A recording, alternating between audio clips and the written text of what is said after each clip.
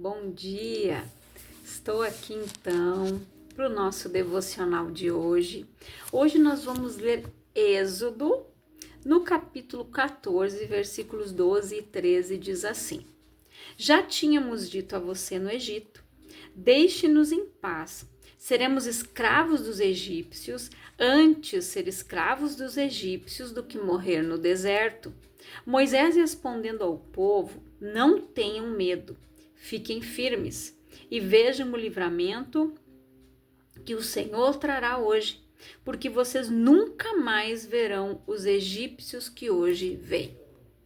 Gente, o que aconteceu aqui? Eu vou dar uma breve resumida, tá? O povo, ele era escravo lá no Egito. Eles viviam numa servidão terrível. Então, eles clamaram a Deus. E Deus levantou um líder, um libertador, que era Moisés. Moisés saiu dali do Egito. Moisés foi criado como um príncipe, né? Que foi na época onde as crianças foram perseguidas, né?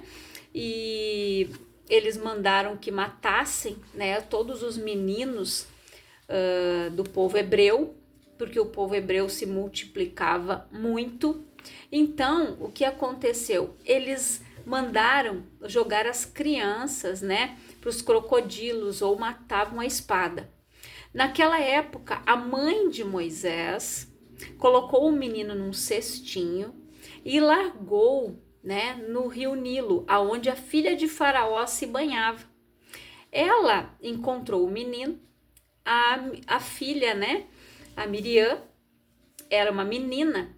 Ela viu quando a princesa o retirou, né, de dentro das águas do rio, e ela disse que tinha uma ama de leite, ou seja, a própria mãe dele, né, a Joquebede, foi amamentar o menino no palácio. Aí, com o passar dos anos, Moisés ele cresceu ali como um príncipe, foi educado. Depois de alguns anos, ele descobriu, né, a descendência, que ele era do povo hebreu. Um dia ele foi defender um hebreu que estava sendo castigado, né, por um soldado egípcio e acabou matando ele. Ele teve que fugir dali porque a pena era de morte para quem matasse alguém do mesmo, né, do mesmo povo. Então o Moisés fugiu. Ele fugiu para um lugar onde ele encontrou Jetro, que foi seu sogro futuramente, e lá ele ficou um tempo. Foi onde ele teve aquele encontro com Deus na sarça ardente, onde Deus disse: tire as sandálias porque o solo é santo, Moisés. Aí Deus deu as instruções para Moisés voltar e libertar o povo. Aí Moisés foi lá, ele foi usado por Deus, falou com o faraó, e cada vez que o faraó endurecia o coração dele, eles foram acometidos pelas 10 pragas do Egito, que representavam os deuses que eles cultuavam, mas eles tinham muitos outros. Cada praga que Deus enviou representava um deus que o Egito cultuava. Só que aqueles deuses não conseguiram livrá-los. A última foi a morte dos primogênitos. Assim como eles mataram aquelas crianças do povo hebreu, ali no final também eles perderam seus filhos. Então o que aconteceu ali? Quando aconteceu a morte dos primogênitos dos hebreus, inclusive dos animais, o povo foi liberado. Só que o povo saiu com medo, porque eles sabiam que os egípcios viriam atrás deles. E eles começaram a murmurar. Ah, seria melhor que a gente ficasse aqui, então fosse escravo deles. Mas Deus havia dado uma promessa para eles, de que eles sairiam dali para uma terra que manava leite e mel. Eles iriam receber o melhor. Só que eles o tempo todo na sua trajetória no deserto, eles murmuraram. Ali, quando Deus fez com que o Moisés os tirasse dali, quando eles chegaram diante do Mar Vermelho, eles começaram a murmurar de novo. Porque para eles, aos olhos naturais, não tinha saída. Quando Moisés clamou, Deus disse: Moisés, por que clamas a mim? Diga ao povo que marche. Coloque o teu cajado aí na beira do mar. As águas, gente, se dividiram. Veio um vento ali que fez com que as águas se dividissem. Imagina comigo, aquelas águas, elas não tinham para onde ir. Deus levantou barreiras aqui. O povo passou aqui no meio, gente, com os pés enxutos, não tinha barro ali. Aqui tinham paredões de água, que quando eles olhavam para cá, olhavam para lá, eles deveriam de enxergar peixes, eles deveriam de enxergar, né, todos os animaizinhos, os répteis que viviam ali no mar. Olha o que Deus fez. A nuvem que estava na frente passou para trás, para que os egípcios não pudessem vê-los, e ali ela iluminava a passagem do povo com os pés enxutos. Depois que eles passaram, os egípcios entraram no mar atrás deles e o mar se fechou, aquela coluna veio por cima de todos e destruiu todo mundo. Aí, estudiosos falam que o Mar Vermelho, ali onde eles passaram, ele não é tão fundo. Então, você imagina a dimensão do poder de Deus. Dizem que no fundo desse mar, realmente, tem carruagens, tem rodas de carroças, que tinham ali, né, roupas, né, que eram parte das vestimentas do exército de Faraó. Então, para você ver o que Deus fez para resgatá-los, e mesmo assim a ingratidão estava no coração. O Egito não saiu de dentro deles, porque o tempo todo eles pensavam em voltar. Lá no Egito nós tínhamos pepinos, melões, nós tínhamos cebolas, nós tínhamos isso. As pessoas não saíram do passado, eles viviam no nós tínhamos. Você já viu pessoa dizer: eu tinha isso, eu tinha aquilo, eu isso, eu aquilo? São pessoas que vivem presas no passado, assim como o Egito estava dentro dos israelitas. Apenas Josué e Caleb tinham outro pensamento. Quando eles foram avistar a terra junto com os outros 10 príncipes das 12 tribos, somente os 2 disseram que realmente a terra manava leite e mel e a terra era como eles haviam imaginado no seu coração. Como eles receberam aquela promessa, como eles ouviram, eles imaginaram no seu coração, na sua mente, no seu intelecto, eles ficaram pensando como era aquela terra. E eles disseram que a terra era exatamente como eles haviam imaginado. Só que Deus faz mais do que pedimos ou pensamos, gente. Eles viram cachos de uva que tinham que ser carregados por 2 pessoas. Então eles não saíram de lá com uma simples promessa de ir para uma simples terrinha. Só que eles iriam ter que enfrentar os povos que estavam lá, lutar, mas Deus disse: eu vou dar essa terra para vocês. Então, para você ver que as pessoas, elas querem receber tudo de mão beijada. Mas nós temos que fazer a nossa parte, Deus vai fazer a dele. Se eu quero um emprego, eu vou ter que fazer a minha parte, me qualificar, fazer um bom currículo e entregar nas empresas aonde eu tenho desejo de trabalhar. Depois eu vou orar e vou dizer: Senhor, a minha parte eu fiz. eu abençoo esses currículos, ou consagre antes de você levar e diga, Pai, eles estão abençoados em nome de Jesus e uma porta o Senhor vai abrir. Eu quero trabalhar aqui, lá ou lá. O Senhor vai abrir uma porta em um desses lugares para mim. A minha parte eu fiz, agora é com o Senhor. Então, nós precisamos confiar que aquilo que nós pedimos crendo em oração, Deus vai nos dar. Eu não posso duvidar. Quantas pessoas perdem a bênção, perdem o milagre porque duvidam, porque retrocedem, porque são instáveis. Pessoas que não se firmam. Pessoas que falam hoje algo, amanhã elas já retrocedem, elas mudam completamente de ideia.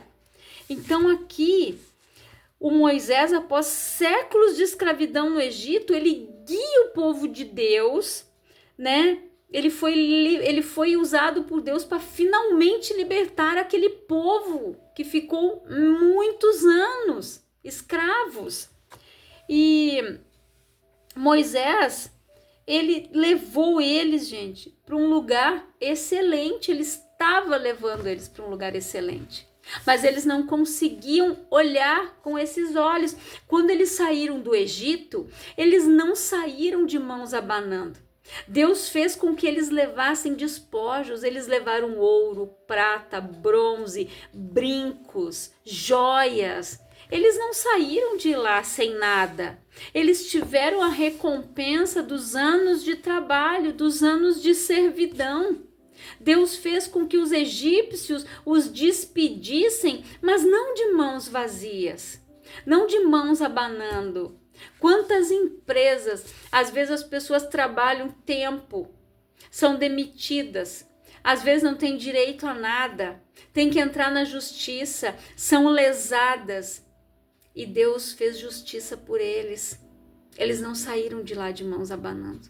Tanto que, quando Moisés subiu, para que Deus estivesse lá com ele, escrevendo os 10 mandamentos, quando Moisés desceu, encontrou o povo prostrado diante de uma imagem, um bezerro de ouro. Você já imaginou a quantidade de ouro que foi usada para confeccionar, para fazer uma imagem daquele tamanho? Para você ver como eles não saíram pobrezinhos de lá, não.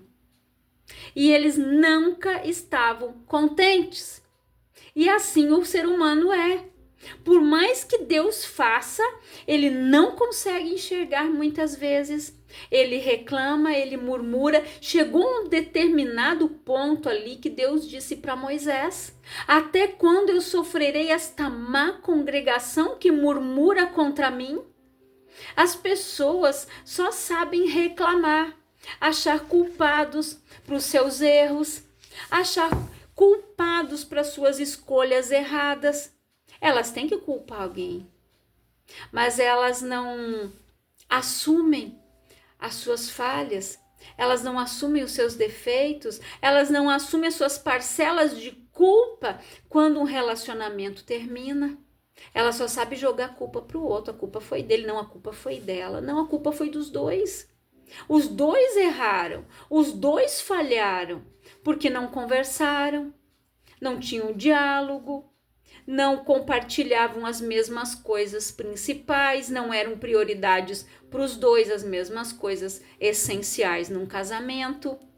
Não procuraram se conhecer antes de se casar, porque o tempo, gente, de namoro é para se conhecer, para ver como são os defeitos, quais são as qualidades, se elas vão se encaixar com as suas, se aquilo ali não vai te incomodar depois.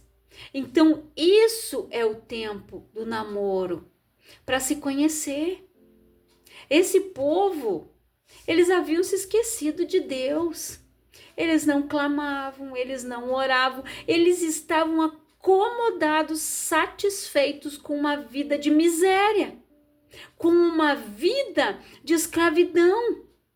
Quando eles foram tirados de lá, o Egito ainda estava dentro deles.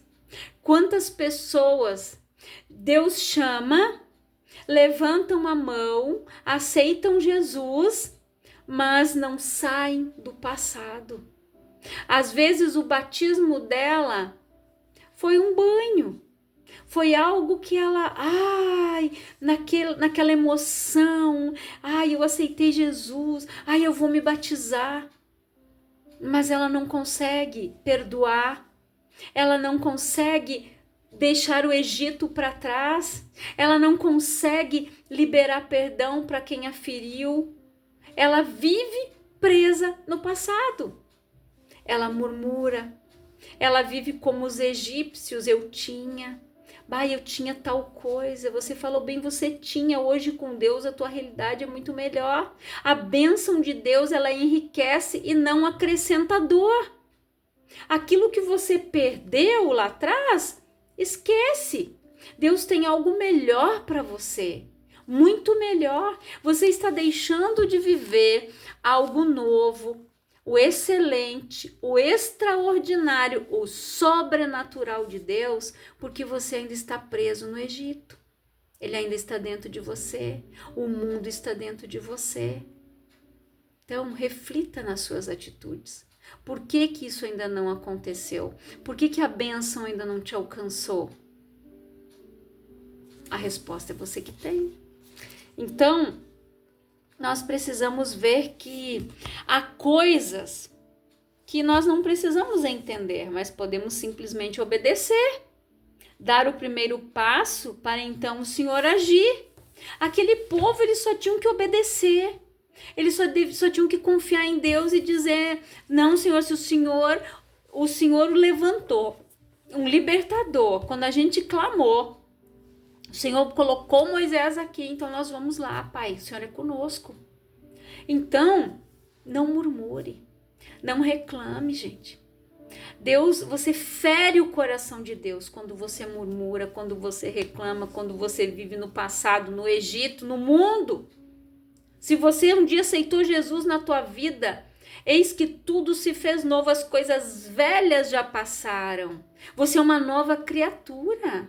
Por que muitas vezes as pessoas não estão conseguindo correr a carreira que foi proposta? Aqui, Paulo fala em Filipenses 3, ali no versículo 13, diz assim: é claro, irmãos, que eu não penso que já consegui isso, porém uma coisa eu faço, esqueço aquilo que fica para trás e Porém, uma coisa eu faço, esqueço aquilo que fica para trás e avanço para o que está na minha frente. Corro direto para a linha de chegada a fim de conseguir o prêmio da vitória. Esse prêmio é a nova vida para a qual Deus me chamou por meio de Cristo Jesus. Então, olha o que Paulo disse aqui. É claro que ele não pensa que ele já conseguiu, né? Mas ele está correndo, ele não conseguiu ser perfeito, né? Se você ler os versículos anteriores, ali diz, não estou querendo dizer que já consegui tudo o que quero, ou que já fiquei perfeito, mas continuo a correr para conquistar o prêmio, pois para isso já fui conquistado por Cristo. Então, ou seja, Jesus já pagou o preço, Jesus já conquistou tudo lá na cruz. A salvação, ela é um pacote completo, Deus não faz nada pela metade. Na salvação, você tem paz, você tem prosperidade, você tem fartura, você tem abundância de pão, mas você precisa viver o novo, você precisa sair do velho e viver o algo novo. Então aqui Paulo disse, né? Esqueço aquilo que fica para trás e avanço para o que está na minha frente. Gente, quem vive de passado é o museu, como o povo costuma dizer. Lá sim, você vai entrar lá no museu, você vai encontrar tanta coisa velha, tanta coisa antiga, histórias, coisas históricas, registros de fatos históricos, de coisas que marcaram, né, época. Ali você vai ter isso. Mas na sua vida, o seu passado tem que ficar para trás. Você tem que olhar para frente. Ninguém corre, gente, olhando para trás. Todo mundo corre olhando para frente. Numa corrida, o atleta tem um alvo, tem um objetivo. Eu vou correr, vou chegar lá na linha de chegada e vou subir no pódio. Mas eu vou correr, eu vou olhar para frente. Eles não ficam correndo olhando para trás para ver quantos tem, estão me alcançando. Não, eles estão com o foco lá na frente. Quem que está na nossa frente, o nosso alvo, ele prossigo para o alvo? Jesus, a salvação, gente. É uma corrida que nós vamos estar frequentemente correndo até a vinda de Cristo, nos aperfeiçoando, nos moldando, mudando. E Paulo diz aqui: corro direto para a linha de chegada a fim de conseguir o prêmio da vitória. Esse prêmio é a nova vida para a qual Deus me chamou por meio de Cristo Jesus. Deus te chamou para viver uma nova vida. Não para você viver que nem museu, preso no passado, preso naquilo que aconteceu lá atrás. Viva o hoje. Seja feliz, seja realizado com Cristo. Siga olhando para o alvo, para o autor e consumador da nossa fé, gente. Se nós ficarmos olhando para trás, se nós olharmos para a direita, para a esquerda, para os defeitos do homem, nós não vamos chegar a lugar nenhum. Ninguém vai ficar em empresa nenhuma, em igreja nenhuma, em lugar nenhum, porque ninguém é perfeito.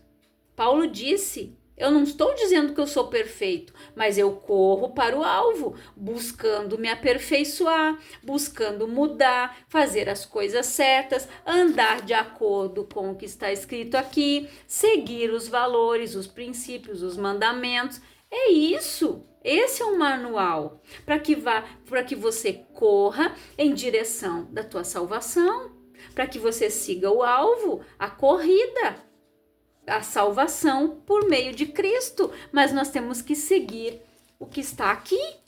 Então, que você reflita nesta palavra no dia de hoje, que você viva a liberdade que Cristo te libertou, que você viva a vida em abundância. Então saia da escravidão, do medo, do pecado, do fracasso, da escassez, da miséria, da mente obesa, das palavras depreciativas que te lançaram e viva o novo. Viva a palavra, viva o alvo, vá em frente, seguindo a corrida, o teu prêmio, buscar a recompensa que o homem não pode te dar. A recompensa vem de Deus, vem de Jesus. Guarda isso no teu coração. Eu quero orar por você, Pai, em nome de Jesus. Eu oro por todas estas pessoas, Senhor, que estão ouvindo esta palavra. Que elas sejam edificadas, que elas sejam abençoadas, que o Egito saia de dentro delas, que elas possam correr para o alvo, que elas saiam da beira do caminho. Aqueles que estavam correndo e que por algum motivo pararam, que esta pessoa volte para o caminho, que esta pessoa se arrependa, que ela receba o prêmio da salvação, que ela siga para o alvo, que é Cristo, que é a salvação que vem de ti, Pai. E, Senhor, continuamos em oração pelo nosso estado.